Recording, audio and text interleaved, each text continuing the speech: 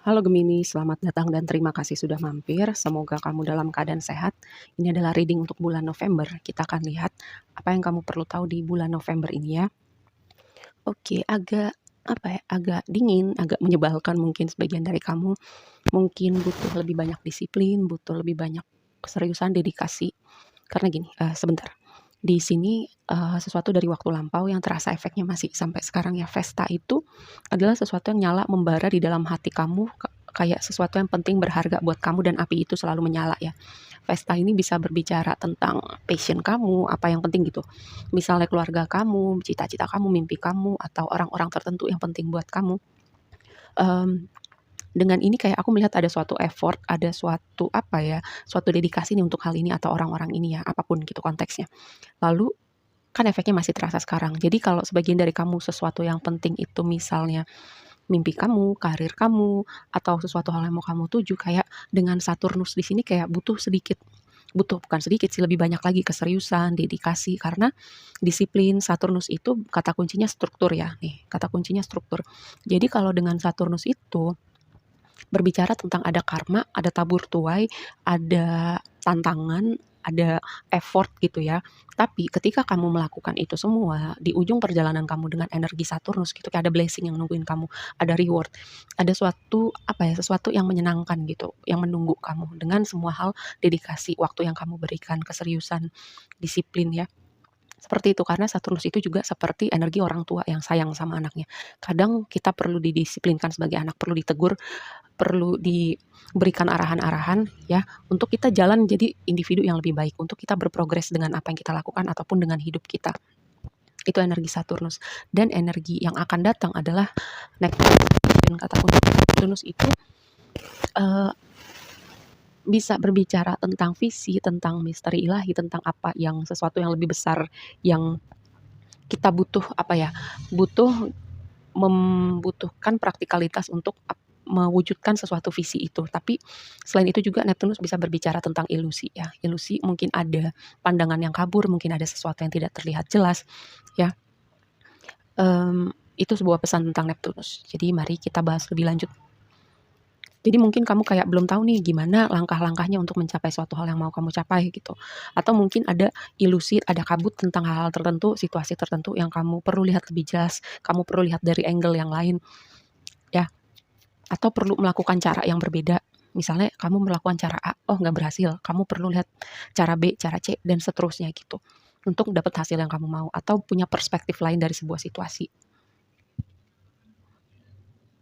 Oh, visi kamu itu membawa kamu pada puncak kesuksesan ya.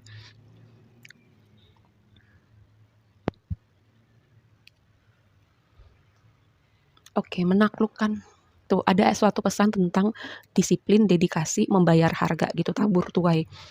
Ya, ada sebuah pesan tentang itu. Ada sebuah pesan misalnya kadang kalau kita mau melakukan sesuatu tuh ada momen-momen di mana kita mager, ada momen-momen kita prokrastinasi, hal-hal semacam itu ya, kayak sesuatu di dalam diri kita yang sebenarnya kita bisa taklukkan atau kita bisa improve. Atau itu sesuatu di dalam diri kita yang kadang nih seringkali penghalangnya itu ada di dalam diri kita gitu. Misalnya tadi kayak kemageran, kadang kita males, kadang kita mood kita mengganggu.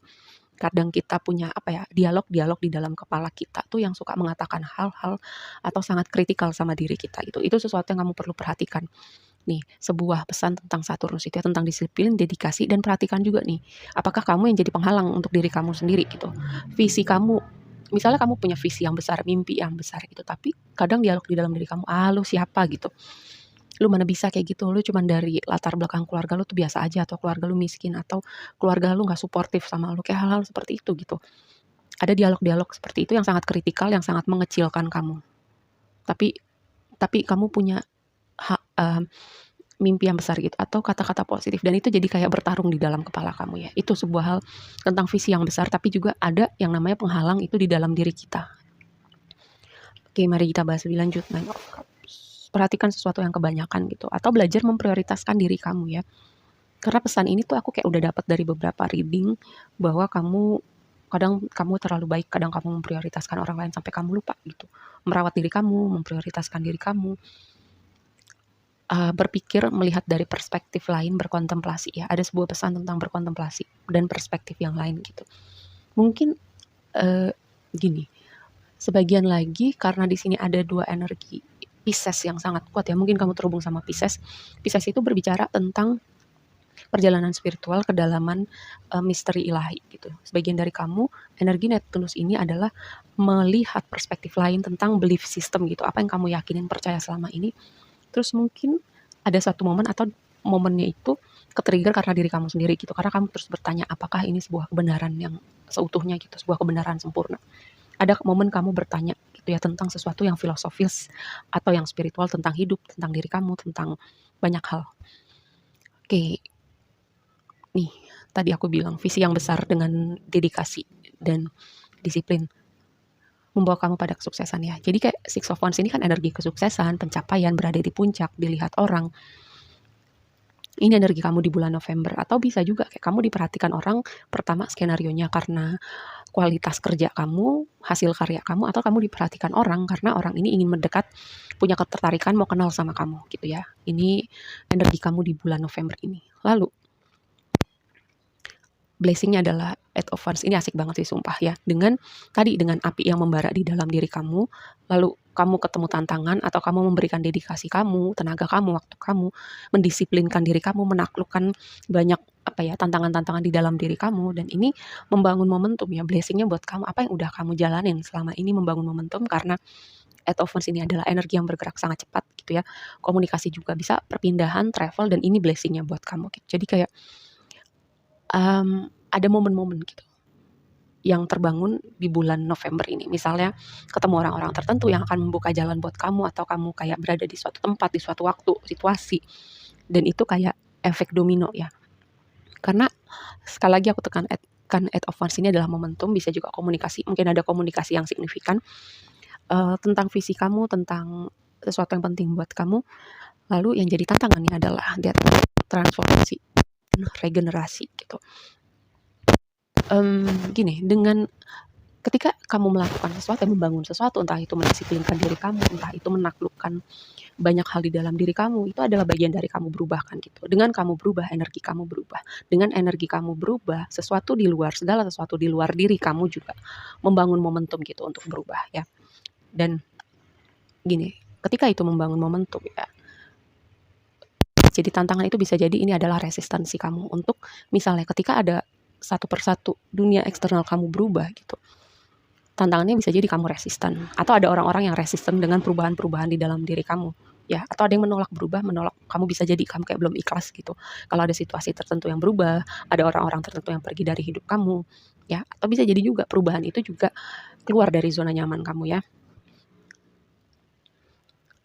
nih sebuah hal yang kamu perlu perhatikan gitu ya orang-orang di sekeliling kamu perhatikan gitu. Ada yang perlu kamu pikirkan tentang mana yang beneran teman kamu, mana yang beneran care sama kamu, mana yang cuma memanfaatkan kamu.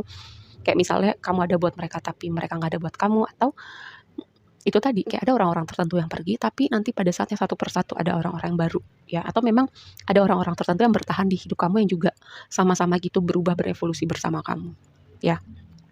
Oke, mari kita bahas lebih lanjut.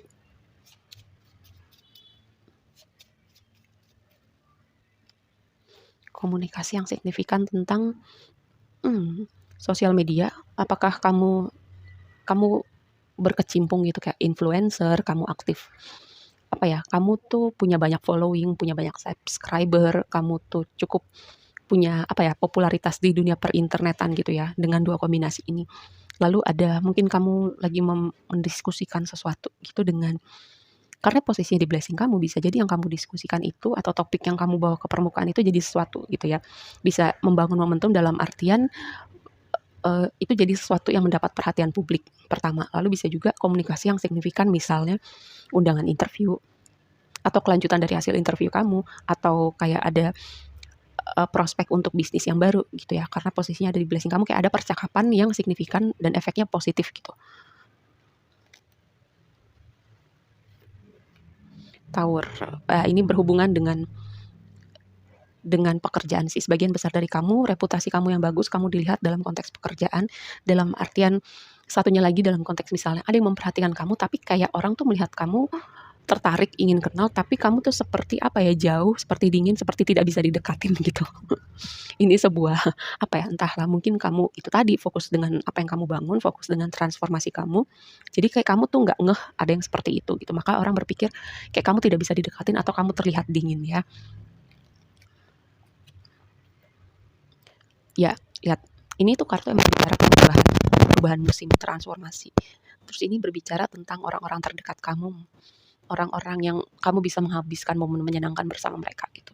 Jadi dua kombinasi ini tuh aku melihat bahwa gini, ada momen di mana teman-teman kamu tuh pada waktu lampau ya gini, kayak sefrekuensi, cocok, kayak kamu ngapa-ngapain sama mereka asik, tapi sekarang tuh ada yang terasa berbeda gitu. Itu dia, ada yang berubah tentang hubungan sosial kamu gitu. Mungkin ada beberapa yang mental, mungkin rasanya kayak, kok rasanya aneh sekarang, rasanya awkward, kok kita rasanya beda frekuensi gitu.